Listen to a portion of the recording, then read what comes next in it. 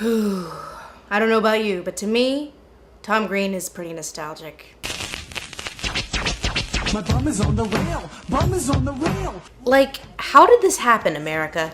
Tom Green was very flash in the pan, and for those of you who don't remember, Tom Green came to international fame through his MTV talk show. Here's a guy who was funny only to 13-year-old idiots. Unfortunately, there are a lot of 13-year-old idiots.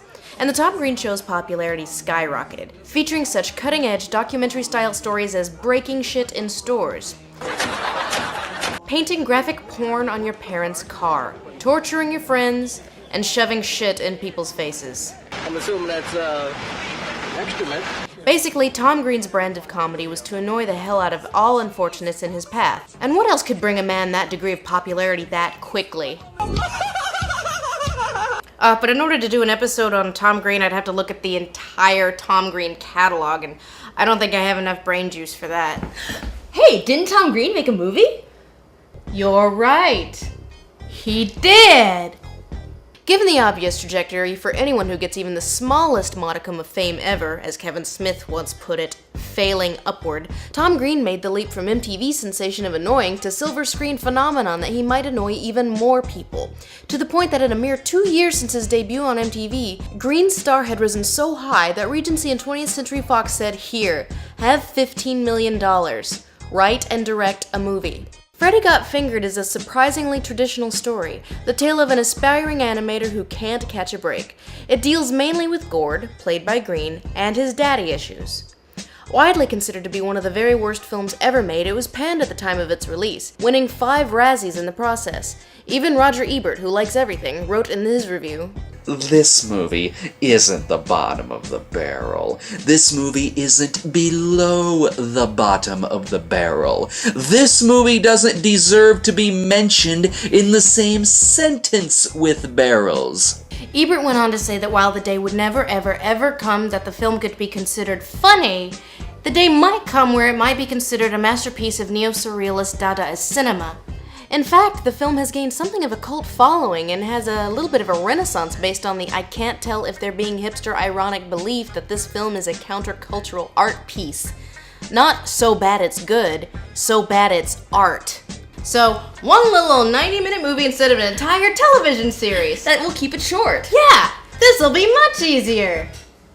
How bad could it be?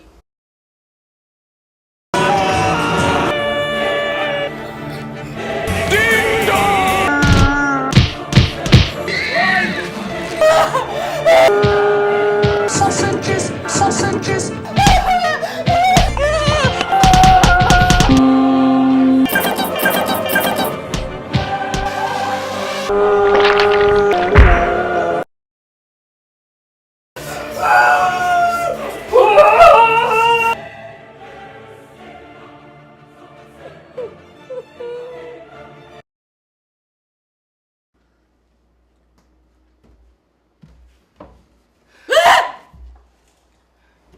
It's mostly worn off for me. I think I've reached words again. I can't finish this, but I'm contractually obligated to finish it. Damn Channel Awesome and its contractual obligations. I mean, I could push it on someone else. What about those people who think it's an art film? Hello, Kyle, the new art film critic guy. Yeah, you want to review Freddy Got Fingered with me? The neo-surrealist art film? No, you don't need to come here. We'll meet you halfway. Bye.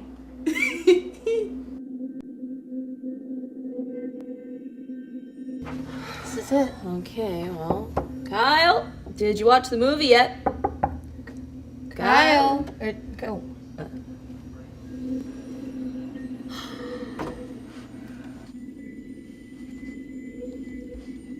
God.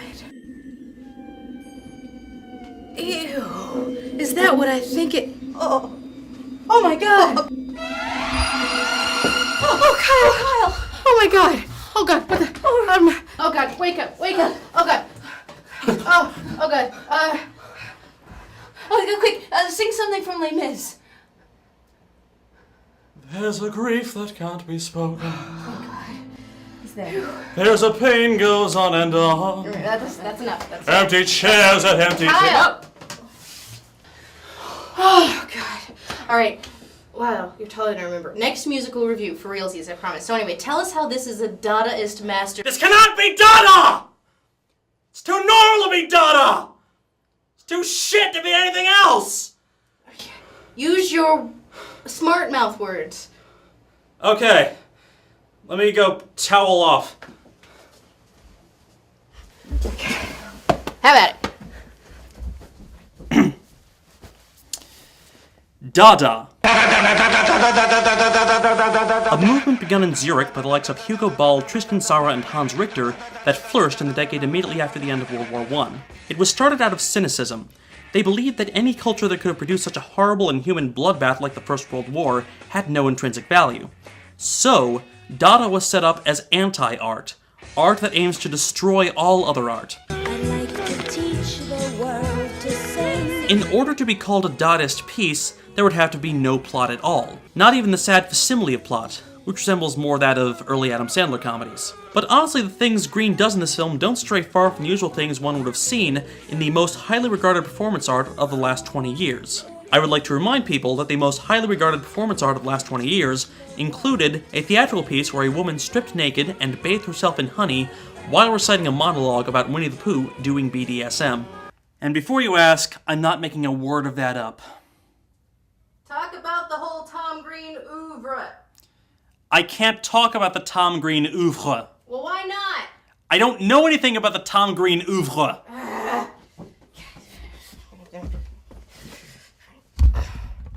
Well, I do. I gotta get the poo off my bum. Poo poo. The original Canadian rapper slash actor, the Orson Welles of our time, Tom Green. As someone who may or may not have been addicted to MTV at the height of the whole Tom Green thing, and may or may not have voted for the Bum Bum song on TRL and watched all of his first series, I get it. This film was, however, realistically the only film the studio could have expected to get for their money. Tom Green is scared and confused in a directionless sort of way. I can't think of anything to draw because I'm so stupid. He hates society. He hates Adam Sandler movies, apparently. But his hate is aimless. His goals are unclear and unrefined and therefore lack poignancy. So his targets are amorphous, but what about his actual creative body of work? Well... Finally gave up on those stupid dudes. They're not stupid. They're not stupid. No, Tom, they quite are. The bag of eyes on the other end with the baboon eyes. See, film students, you want your auteur theory? It's right the here. Fellini's 8.5. Godard's Contempt. Green's Freddy Got Fingered.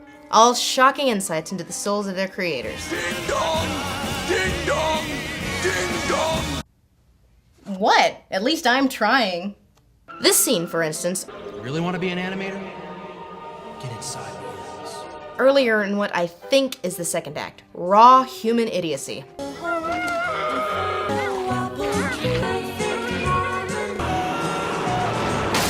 And you may be wondering if this thing comes back into the movie in any way, shape, or form. Huh. I wasn't expecting that to happen. Knowing what I remember about Green, the way he treats his friend, and especially his poor parents on his TV show, this film makes a creepy amount of sense as to how Tom Green sees the world. A world full of people telling him to shut up. Shut up! Shut up! Just shut the fuck up! It's particularly fascinating in that people don't get what he wants, and he, under the delusion that he does know what he wants, well... Freddy, would you like some sausage? Freddy, would you like some sausages? Freddy, would you like some sausage? Daddy, would you like some sausage indeed? Well, if we are going to humor the auteur notion, then Tom Green, like most 2-year-olds, is very fascinated with his dingle-dangle. Oh, this is fun! Look at me, Daddy, I'm a farmer! Oh, this is fun! Look at me, Daddy, I'm a farmer! Interpret that. Horses represent maturity, as owning a horse meant the onset of adulthood, freedom of mobility. When he strokes the horse's penis, he calls out, "Look, Daddy!" as if trying to impress his father. Perhaps the exaggerated phallus could mean the onset of manhood? And this interpretation... Extracted directly from my anus, yes. You know it's art because this scene is neither mentioned nor referred to again. Well, it was motif-wise. Green wields a giant sausage in the cheese sandwich factory, yet another phallic object. Again in the apartment of the love interest, who insists repeatedly upon her enjoyment of filleting him. She has an obsession with long, hard rockets, and when indulging her oral fixation, she stops when she realizes that he's taped an umbilical cord to his stomach. Is my umbilical cord? See, look, motifs! It's getting more and more artsy every agonizing minute. Is there anything we could say about this love interest? She exists. Besides the fact that she exists? She has a nice place. Not played by Green's then-girlfriend and future ex-wife Drew Barrymore, who does appear in the film briefly to scream and be abused, the poor maligned love interest is played by, poor man's Tara Reid. And Tara Reid is the poor man's Tara Reid. She has a strange fixation on performing fellatio, and in a role reversal it is he who is put off by her strangeness, longing for normalcy despite his own taped-on umbilical cord. Is my umbilical cord? And there's that hardly subtle pan from the beginning of Fellatio to a photo montage of the Eiffel Tower being built. And the love interest does have an unhealthy obsession with rockets. And I like rockets because they're hot and hard and long. And the parade of dongs just marches on. This movie is 70% phallic symbol. The love interest is fascinating, partially because she seems very pervertedly designed to appeal to people with a virgin whore complex. How so? Well, she's obsessed with fellatio, so she can appeal to men who want a demon in the sack. I'm gonna give you a blowjob. However, she's also virginal because they don't have sex. He simply whacks her paraplegic legs with a bamboo stick, and that gets her off. She's also a nurse, and therefore a perfect caregiver, but she's wheelchair-bound, so she needs someone to care for her. She's like a twisted parody of every market-tested universal love interest in rom-com history. That's a bit sickening. And worst of all, she gives us an excuse to get into the hospital. And this is bad because... Your baby!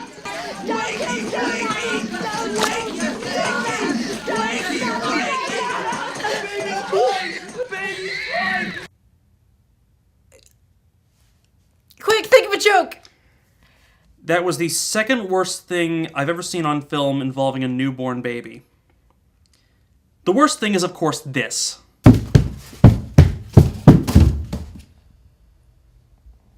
The biggest crux of the plot, if you look hard enough, is Gord's relationship to his father, played by Rip Torn. Played by Rip Torn as less of a human and more like a warthog who learned English. And the whole film is essentially Gord trying to win the affection of his father, leading to endless scenes of Green and Torn yelling at each other like orangutans. Though it's tough not to empathize with Torn considering Green's antics. Daddy, would you like some sausage? Daddy, would you like some sausages? Daddy, would you like some sausage? A whole room full of dangling phallic symbols.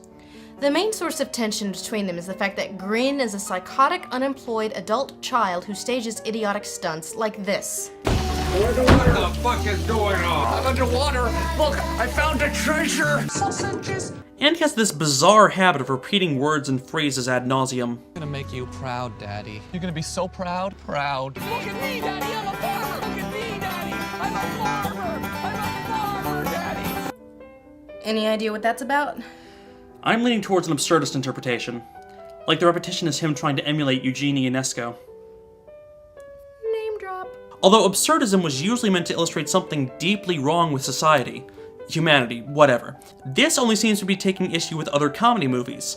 It's like an exaggeration of other schlock. Yes, like that scene in the restaurant where they do the cliche classical music plays while hijinks ensue bit. And he draws attention to how bad the joke essentially is. This is a fancy restaurant. This is a fancy restaurant. Well, I know none of you are wondering, how does Gord's story pay off? First, with him getting his wish despite his talent level for his art of choice being deeply in the red.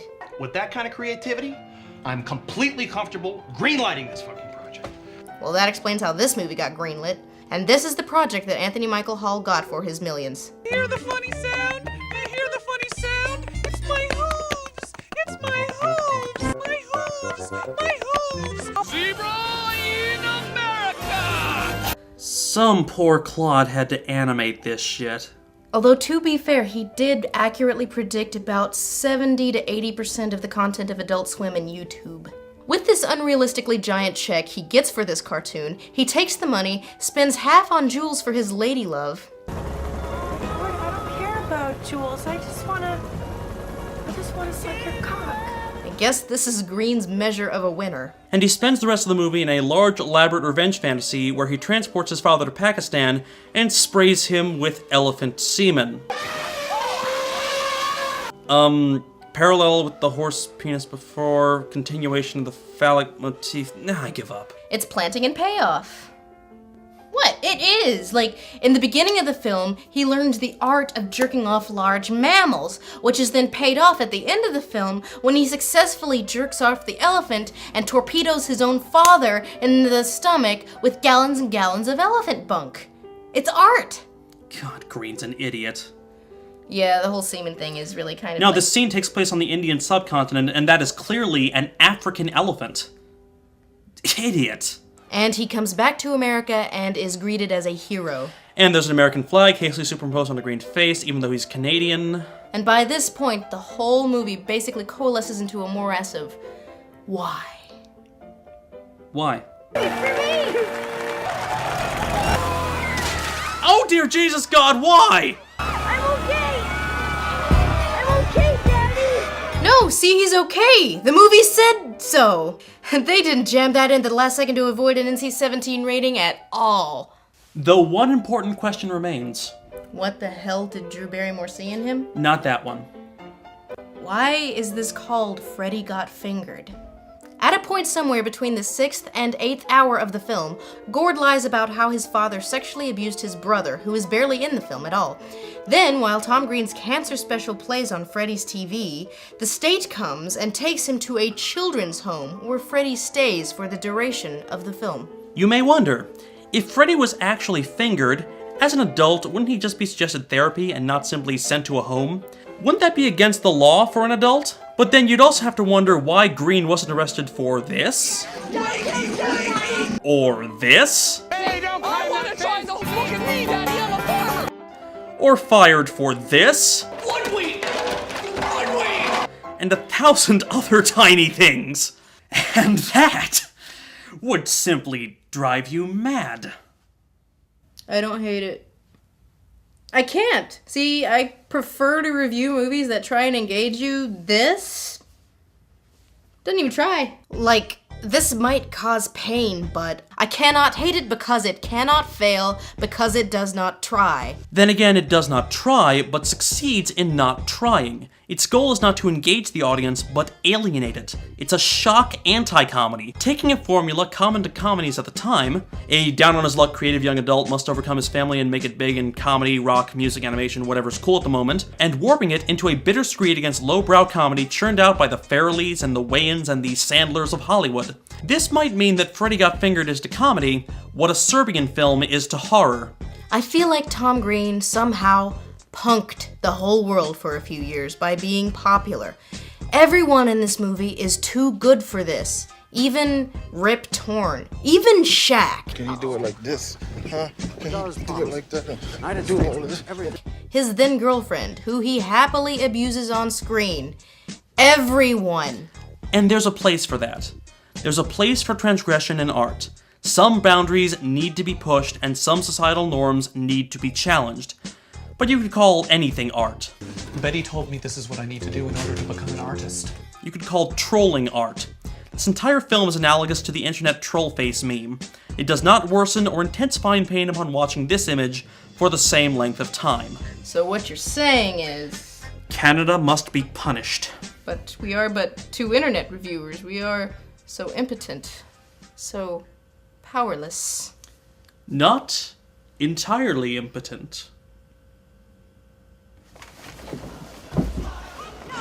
This is for Pickleback! I'm sorry. This is for burning down the White House! Oh, who are you?